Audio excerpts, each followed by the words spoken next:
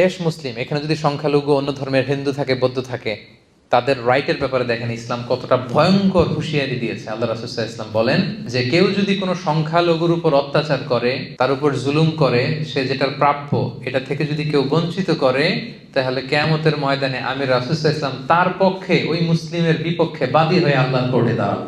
আপনি নামাজ পড়তে পড়তে কপালে দাগ ফেলাই দিয়েছেন, দাড়ি রাখতে রাখতে এত লম্বা জুব্বা, এরপরে হিন্দুদের বাড়ি দখল করতেছেন আর বলতেছেন আপনি বড় হাজী সাহেব। আল্লাহ রাসূল সাল্লাল্লাহু আলাইহি ওয়াসাল্লাম বলেন কিয়ামতের দিন আল্লাহ রাসূল ওই হিন্দুর পক্ষে থাকবে, আপনার বিপক্ষে। কথাটার ওজন খেয়াল করেন। আল্লাহ রাসূল সাল্লাল্লাহু আলাইহি ওয়াসাল্লাম বলেছেন তুমি মুসলিম হও, তুমি হাজী হও, তুমি যেটা হও, তোমার বিপক্ষে থাকবে আমার অবস্থান কিয়ামতের দিন। আচ্ছা, সোজা সাপটা একটা আনসার দেন। রাসূল সাল্লাল্লাহু আলাইহি ওয়াসাল্লাম যদি কারো বিপক্ষে বাদী হয়ে দাঁড়ায়, যার শাফাআত ছাড়া আমরা জান্নাতে ঢুকে কল্পনাই করতে পারি না, তিনি আমার বিপক্ষে আল্লাহর সুপ্রিম কোর্টের ট্রাইব্যুনালে আমার বিপক্ষে, জান্নাতে যাওয়ার কোনো সুযোগ কি আমার সেদিন থাকবে?